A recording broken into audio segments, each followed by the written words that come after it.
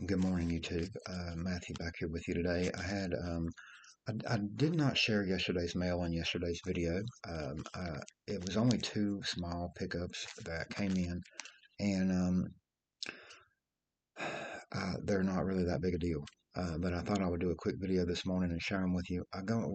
I checked this morning the status of a couple of recent pickup purchases offline, and two of them have already arrived at my local post office as of last night. So Monday, tomorrow, I will be getting some big pickups in the mail, one of which is a major pickup Hall of Famer for the 88 Tops project. The other one is also, there's three big pickups, three Hall of Famers are coming in, two PSA, one is PSA DNA, one is just a slabbed PSA card of a Hall of Famer that's not 88 Tops project.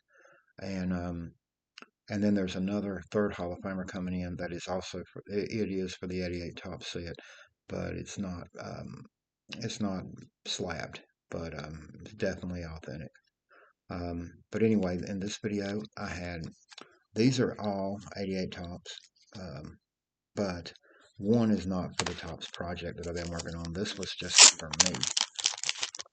Ron Gant. This is six 88 tops traded Ron Gant rookie cards. Now, I've already got a slew of these, and I've got several of these autographed by Mr. Gant. I've got tons of cards autographed by Mr. Gant because I write to Mr. Gant about twice a year, and I have since I started collecting TTMs in 2017 because this guy was one of my very favorite players in all of baseball when I was in high school. I loved Ron Gant, still do. And these were his rookie card, and they look to be pretty much in mint condition, near mint to mint condition. Six of them for 99 cents plus 99-cent shipping. I seen that on eBay one night when I was just messing around. The auction was about to end. Nobody had bid on it, and I just what the heck? A buck plus a buck shipping for six rookie cards of one of my favorite players ever. And I said I may end up getting one or two of them signed one day if I write because I'll write to them, but I may not because my goal now is to just I try to when I do write to him I try to send him cards. I look to pick up cards that I don't have autographed of him, and try to get as many different cards as I can autographed by him. But because I done got this signed, but still it's his rookie card, and I love this guy. I don't mind adding that to my collection. That is just a for me. And yes, some of you people out there that are in this hobby because you only care about buying something today you can flip for a profit tomorrow. Nothing wrong with that, but I don't collect because I don't look at this as the stock market, okay? I look at this as a hobby that I enjoy, and that is for my enjoyment, my collection, Ron Gant. Most people, those are a bunch of commons. To me, though, hey, that's Ron Gant. All right, now, this right here is the other. This is for the 88 top set, but I didn't need it. I already had this card. This came in for the 88 top set. Why would I buy another one? I'll tell you why. When COVID happened in 2020, I was already doing TTMs through the mail, but I went all out. Now, I got this from Mr. Shoe at the top there, the date, September. It was a return I got in September of 2020. All right. I just don't want a player, you know, saying, hey, I'm suing you because you shared my address in a video on YouTube.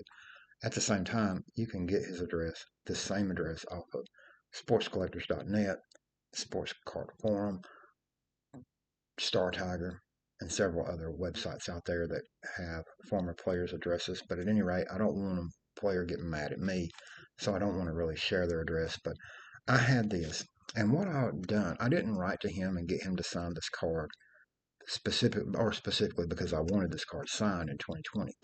Back when COVID hit, I started doing rookie cards. So I would take a player's rookie card and write to that player and ask them to sign their rookie card. And usually, what I would do when I would find a really nice example of their rookie card that I wanted to send to them, I would dig through boxes of common cards, looking for one or two other cards to just throw in with the card I actually wanted signed, figuring while I'm writing to the guy, throw a couple more cards in there, see if he'll sign those. Well, that's how this card got signed. I had not started the. I was years from deciding to start this 88 Tops project at that time. Well, Mr. Shue signed this very nicely in blue Sharpie, but as you can see, this card is off center left to right. Well, when I come up with the idea this past August of doing an 88 top set and seeing how many I could get out of cards in that set and traded set I could get autographed and building a master set of that. Uh, even I mean I even try to get as many examples of the error cards, the well-known, most rare error cards in the set, and there's a lot of them in this set.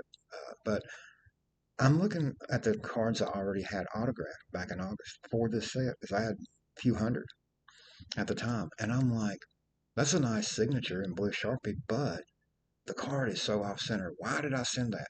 Well, it was because at the time I wasn't really worried about getting this card signed. This was a card that, as I'm in a hurry digging through a box of commons, looking for more cards of Rick Shue to go with this rookie card, I come across this card. When I come to it, I threw it out. And then and then it got mailed. Well, he signed it. Well, now, just like last week and a half ago, I had a return from Mark Sullivan, former Red Sox catcher. Same thing. The card I had signed was off center. But anyway, here is one that is perfectly centered. Now, in August, I decided I was going to write to Mr. Shue again and ask him for to sign and I sent him a card, just this card, and it was in a lot better shape. And I got the card back and a letter telling me that he no longer signed due to demand. I found out on SCF that it was because people were sending him. He was one of the guys that quit signing because people were sending him, 12, 15 cards at a time. And these guys, they're not stupid. Somebody that's collecting, they might send between 1 to 4 cards tops. But when some people start sending 12 cards, a dozen cards at a time, stuff like that, they know what's going on. I mean, some of you younger guys out there might not realize this, but even though these guys played in the 80s, you know what? They've got internet access. They know what's going on. They see their autographs on eBay for sale. So they're not stupid, okay? And it's one thing, they don't mind signing for a true fan.